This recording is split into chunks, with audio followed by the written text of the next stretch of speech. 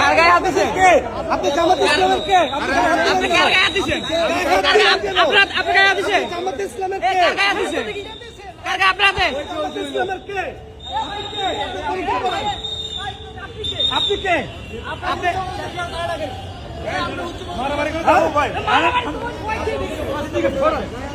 জামাত ইসলাম এমন কোন কর্মকাণ্ড করেনি আগে, আপনি কেন বললেন?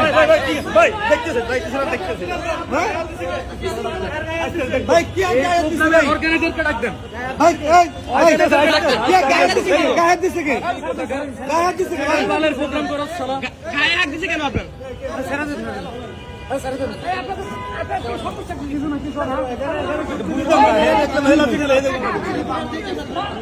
নাম্বার দাও। বিয়ে আচরণ করছে সুন্দর করে সুন্দর করে লাঠি উঠেছে আমি দেখছি।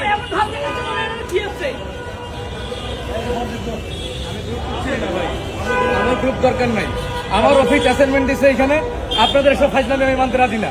আপনারা কার্ড দিলে হাউসে কার্ড পৌঁছাই দিবেন, আপনারা অনলাইনে দিবেন, এই ধরে দিবেন, রসিদটা ধরে দিবেন, এরপর এখানে আসলে ফাইজলামি করবেন কেন? ভাই এখানে তো আমার ঠিকানা যে আমি যোগাযোগ করে আসবো, আমার অফিস ডিউটি দিবে, আমি আসবো এখানে ডিউটি করতে, শেষ। আপনারা গেটে এত প্রচারণার দরকার নাই যে গেটে কি আছে না।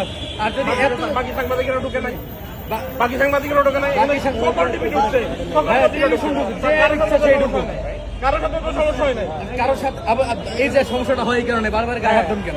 কেন গায়ে হাত দেন আপনারা বারবার?